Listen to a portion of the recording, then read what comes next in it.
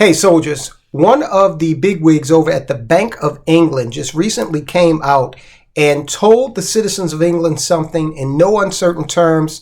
And it's shocking what he said about their economy and their living standards. All right. And it's something that is basically being told to us over here in America in so many ways. We're going to get to the shocking and just unbelievable statement that was made in just a moment. But I also want to caution you that what he said, the problem is not that it's not true. All right. The problem is that we are starting to slide into an economic situation in the West, America, Canada, Great Britain. We're starting to slide into a situation that we haven't seen in quite some time. Nobody in this generation has seen it, okay? Or the previous one, for that matter. Things are changing, and we need to talk about how we can withstand those changes and maintain our path on the road to financial independence. Now, things are going to change, but we have actually another gentleman from the UK, a commentator, who's going to make another statement that is right in line with what I've been talking about, what we've been talking about on this channel, as one of the characteristics of the new definition of wealth. You're going to want to share this with a friend, with a loved one, with a family member. I need you to enlist. Become a soldier of finance. Hit subscribe if you have not already. Let me know in the comments that you did hit subscribe, and I will salute you. I want to salute all of these soldiers of finance. Hit the thumbs up. Takes you about a millisecond to do, but it tells YouTube that this is important news, important information that you would like others to get a chance to consume and get informed. All right, so here we go. This guy over in Great Britain has basically just telegraphed, what we can expect here in the West. Now, I actually give him his props for being upfront, all right, and not surreptitious about it. He just came out and said it. Bank of England economist says people need to accept they are poorer.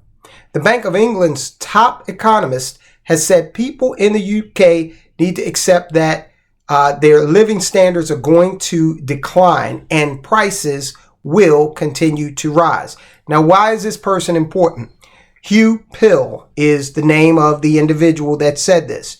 He is the equivalent of one of the board of governors of the Federal Reserve Bank over here in the United States. Now, can you imagine if Jerome Powell or one of the Fed governors came out and said, you all Americans need to get used to a lower standard of living.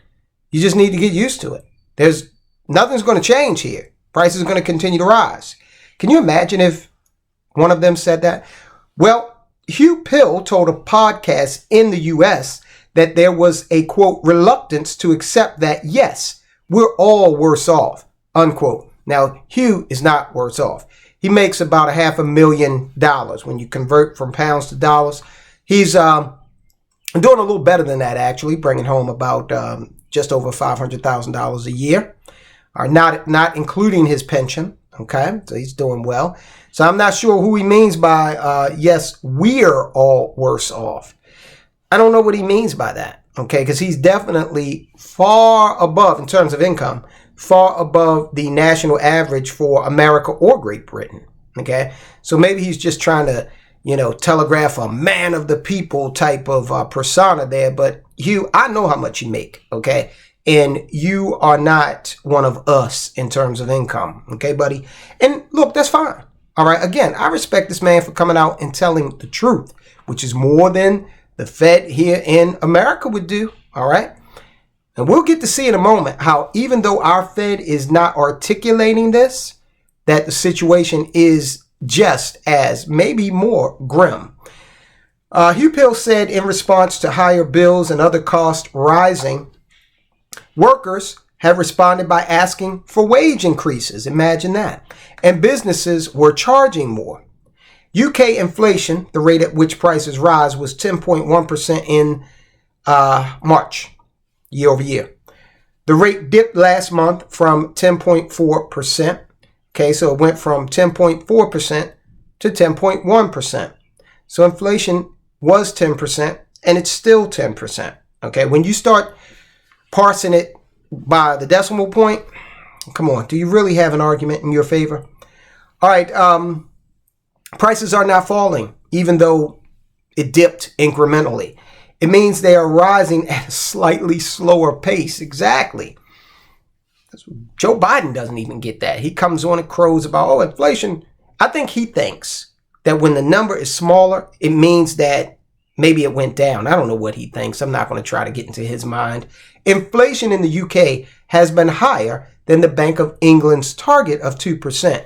2% is the same target that Jerome Powell has said that we have, which we are a long way away from, especially when you consider the truth about inflation here in America. They have done so much manipulation, and we'll see that in a minute. Part of the bank's job is to keep inflation at its target rate. Well, they're doing a poor job. In response to rising prices, it has increased interest rates, which makes the cost of borrowing money more expensive. This move, in theory, is supposed to make people reduce spending so that demand for goods cools down and price rises slow down. With households being hit by soaring energy bills and food costs, many workers have been asking for pay raises to help ease the pressure on budgets. Naturally, right? As prices go up and the gap between what you make and what things actually cost widens, you're going to try to, narrow that gap. And one way to do that, if you're an employee, is to go into the boss's office and say, hey, look, I need a raise. And if enough of that happens, the boss has got to look at it and say, well, my costs are going up. I got to raise prices even further. So it becomes a vicious cycle. Although pay has been going up, it has not matched inflation, meaning people are worse off, right? It's the difference between keeping your head above water or drowning. And a lot of people throughout the West are drowning. And why do I keep focusing on the West? Because United States in particular, and I think to an extent the UK as well, I think they've been dealing with a situation where they have not had the reserve currency. They've been dealing with that longer, okay? But when that happens and when the dollar comes under more pressure and we don't have this blank checkbook, it's going to be a shock to the system of many Americans. And in many ways, we're going to find that we become a second-rate third world country. And why do I say that? Because, listen, they don't show the deepest, darkest parts of the hood, okay, on the evening news and profile what that poverty actually looks and feels like. They don't go up into Appalachia and profile. You can check it out on YouTube, but CBS, they're not sending their glossy, reporters down into the hills and hollows of West Virginia or down onto Dallas Street in Baltimore into a row home to see how folk are living. Okay, so, and that's the situation that exists right now. All right, what happens when the situation degrades further from an economic standpoint? Somehow in the UK, someone needs to accept they're worse off and stop trying to maintain their real spending power by bidding up prices, whether through higher wages or passing energy costs on to customers, etc. This is what Hugh Pill said in the Beyond Unprecedented podcast at Columbia Law School. So does this guy really understand the economy? I mean, we just went over it very succinctly. Prices go up. People need more money. People ask for a raise. People get raised. Prices go up. Okay?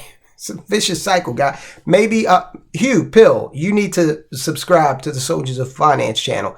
Somebody in the UK, we got plenty of subscribers in the UK. Call Hugh Pill. Tell him about the channel. Tell him to hit subscribe. What we're facing now is the reluctance to accept that being accept the fact that your living standards are decreasing. Yes, we're all worse off. There he goes with all again. and we all have to take our share. What is your share, Mr. Pill? To try and pass that cost on to one of our compatriots and saying we'll be all right, but they will have to take our share too. No, sir. That's not how it works. Actually, when prices go up again, okay, for those of you in the back, when prices increase, people respond by needing more money. Some people resort to credit. A lot of people in America are doing that, okay, racking up credit, thereby making whatever you purchase, from food to gasoline and everything in between, more expensive if you cannot pay that off in the 30-day cycle, okay? But sometimes you just got to do what you got to do, all right, in order to survive out here. So that's what the gentleman over in Great Britain, he's one of, again, the equivalent of one of their Fed governors. That's what he's talking about. Now, over here in America, they don't come right out and say things like that. And mind you, Hugh Pill is kind of backtracking, but you really can't take that back. All right. You can say, oh, well, I didn't mean it the way it sounded. But hey, anybody who is, really paying attention as an adult will not take offense to what he said. They will just say, hey, look, this is his outlook. We're really on our own. Okay. Now, speaking of higher prices, food price inflation, and this is in America, food price inflation will continue through 2023 and be passed on to consumers, making grocery chain Kroger a buy, says Bank of America. Now, why do I bring this up? Because, look, we got to still try and make money out here. We got to look for the opportunities, and plenty of them still exist, even in this inflationary environment, okay? So Kroger shares hit an all-time high recently after Bank of America upgraded the grocer. Now, I usually don't listen to, these analysts and whether they upgrade or downgrade something. You got to do a fundamental analysis on the stock, and you've got to do a lot of your own due diligence, okay? But on the face of it, everybody needs to eat, right? Kroger is a national chain. Well, Kroger's a big chain. I'm not going to say national. I don't know if they're everywhere. I think we have one somewhere around here. But they are where you get your food from, right? So presumably, hey, especially if people are deciding to decrease the amount of times per week they eat at a restaurant, okay? Because if you think food at the grocery store is expensive, even if you get a meal at a restaurant that is less expensive, the leftovers are not going to work in the same way. The portion size is a little different. Not hating on the restaurants. I know those guys are out there doing a great job of trying to, create variety in your diet and, that sort of thing, and ambiance. And I get it, but the reality is it's become a lot more expensive to feed the family. And what most people are probably going to end up doing is saying, let's just eat at home. Let's go get some food and fix it. And that way we can have something for tomorrow as well. Food shoppers are absorbing higher prices, and that should boost earnings at Kroger. Bank of America said Kroger stock price hit an all-time high recently. I'm not going to give you the stock price because it's not that now, but you can certainly look up Kroger and figure out how much they're going for today. We see U.S. consumers accepting the bulk of price increases, giving U.S. average hourly earnings up 6% year over year, okay? But food inflation, as we'll see here in just a moment, is up a lot further than 6%. Also, inflation for things like gasoline, okay, housing, okay, those things are up as well, especially if you rent, because you've got built-in inflation in most rental housing situations, simply because most rental units, most landlords in a rental unit will raise the price of the rent annually, okay? Good deal if you're a landlord, but if you are a tenant, you've got built-in housing inflation. So let's say your rent goes up by 6% and you got a 3% raise. Okay, see where you're at then? So that's what's happening out here. We are seeing these a confluence of issues conspire to lessen the living standards of Americans. Now, I want you to take a look real quick at this snippet where this guy has the solution. And the Bank of England top economist, he's called Hugh Pill, he's upset quite a lot of people. He says we've got to get used to being poorer and not expect pay rises. That's right. He was talking on a podcast in the United States. There was a reluctance to accept, he said, that we are all just worse off. He said that workers had to stop asking for higher wages and businesses need to stop passing costs on to customers. Well, joining us for more is economist Justin Urquhart-Stewart. Good morning, Justin. Good morning. Is there any grain of truth to this, what he's saying? And it was just tone deaf. Did he have a slight point? Well, I think he's probably got a new name now, which is probably Poison Pill. Yeah. It's not often you see the head of the economics from the Bank of England on the front page of the Daily Mail. Yeah. That's not his job. Giving us a bitter pill to swallow. But yeah, the answer is there are two things here. A, we have built up a huge amount of personal debt, and some of that's down to misbehaviour by banks. Our own stupidity, also in terms of what's happened with interest rates. We've all been lulled into a situation where money's cheap, very easy to get hold of, interest rates are permanently at 0.5%. For those of a certain age, which I know does include either of you, who may think back to the 1970s, remember it at 25%, sadly. I'm watching my father with a fixed pension losing a quarter of its value in a year. It's really, really dangerous. So we've got two things. One, helping those people who are in that situation. And B, heaven's sake, educate people coming out of school and university as to what they need to do. I'm all very well known about maths at 18, but actually we need to start saving from the naught. I don't expect babies to go around with cans, but no, family can be contributing. Think about what the typical dysfunctional British family is like. It's actually got assets in different bits, but the younger ones are probably building up debt. And you're going to have to think more about managing that money across the family, not just as individuals stuck with this albatross of £50,000 worth of student debt to start with. Okay, so as you can see, his solution, one of his solutions is very similar to what we've talked about, and that is becoming more communal in terms of the family unit and, close friend unit, and finding areas and opportunities to pool resources.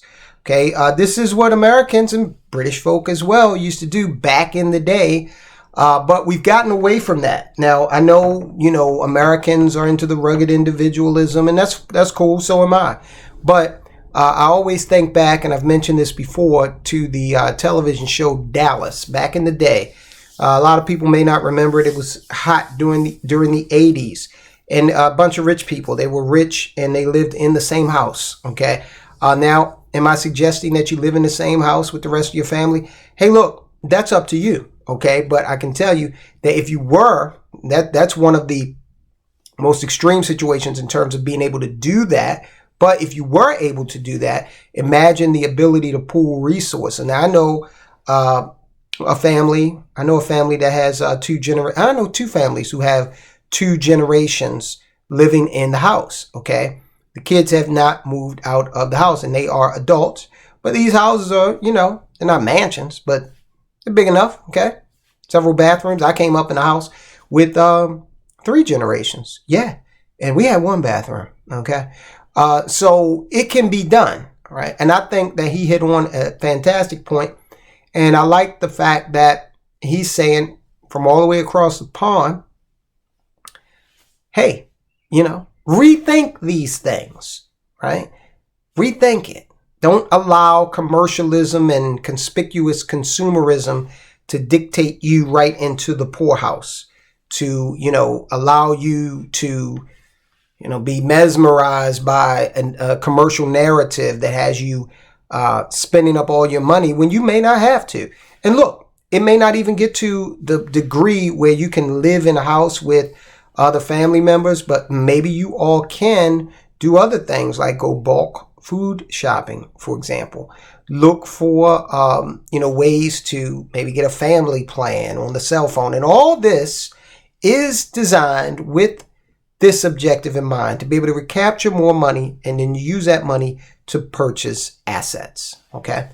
All right. So look into that, guys. It's not just me saying it. It's the British guy. And I know here in America, we tend to trust British people because they got a great accent. Okay. If I could have any accent in the world, it would be a British accent or a Jamaican accent. And both of those are very commanding accents. So if you don't listen to me, listen to the guy with the British accent. Now, what I want you to do, he doesn't have a British accent, but Warren Buffett is a world-renowned investor, okay? And he's out there saying that I'm not buying stocks. Now, find out why. Find out why he's doing that and whether or not or to what degree you should follow his lead. In this video right here, guys, I'll talk to you soon.